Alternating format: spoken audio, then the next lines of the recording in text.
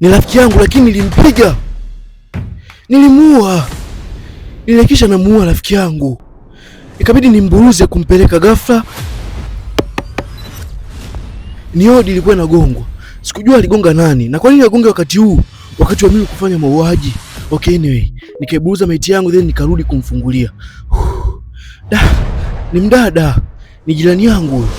Aliniambia kwamba anaomba kuchajisha simu kwa sababu kwake chaja yake inasumbua.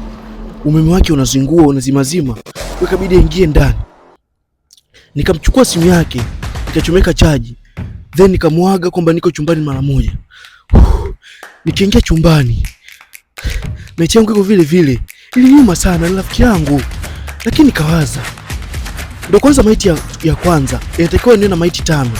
Kwa nini nisiende kumuua na jirani yangu? Ziwezi mbaki maiti 3. Nikatoka kwa ajili ya kwenda kumuua jirani yangu. Nikafika nikamuita. Kaka namuomba kitu aje nisaidie kitu. Kaka kama namuomba kitu lakini sikumchelewesha, ni msichana huyu. Nilimkaba. Nikisha namuua, alimwagika damu nyingi sana. Nilimuua na yeye. Iliniuma sana. Nilimuua, sina jinsi. Nilipiga makelele sana.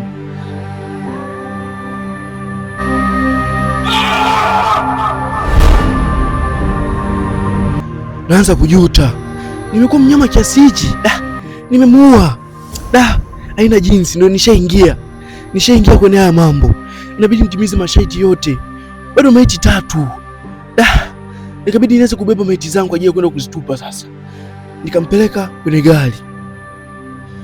Nikamrudia na huyo wa pili. Then nikamtanguliza kwenye gari. Yule mmoja nilimwacha nje. Then yule hapa nikarudi kwa ajili ya kumchukua rafiki yangu. Kwa muda mrefu sana. Lakini nimemuua.